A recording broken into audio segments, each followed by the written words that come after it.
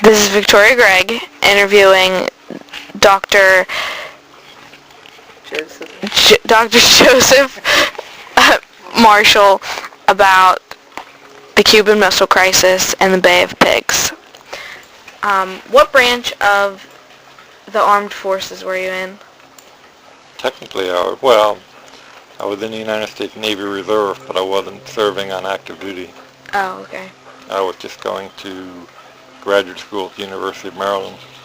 Actually, undergraduate school at that time. And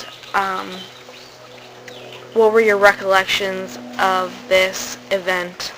Well, as I said before, watching on TV, watching the Coast Guard order the Russian ships to stand by and be boarded.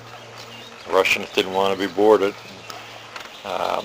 Coast Guard brought the big guns out and said you either get boarded or you turn around. And the newspapers carried the letter they hinted at the letter from Khrushchev. Khrushchev sent a secret letter to Kennedy trying to offer a way out of it, because when Khrushchev ordered the missiles in, Kennedy went on the radio and said, you either get out or we're going to do whatever is necessary to get you out. So somebody had to back off, and they were trying to save face about the whole thing. So I was watching the events as they unfolded, and basically Khrushchev secretly said, if you promise not to invade Cuba, we'll take the missiles out because there won't be any need for them. And that way, both sides win.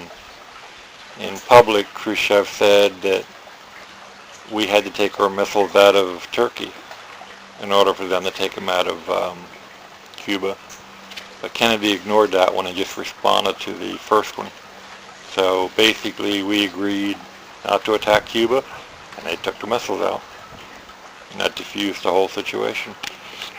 I think it was meant to be, originally meant to be kind of a bluff, and we called their bluff when we found out that the missiles were there.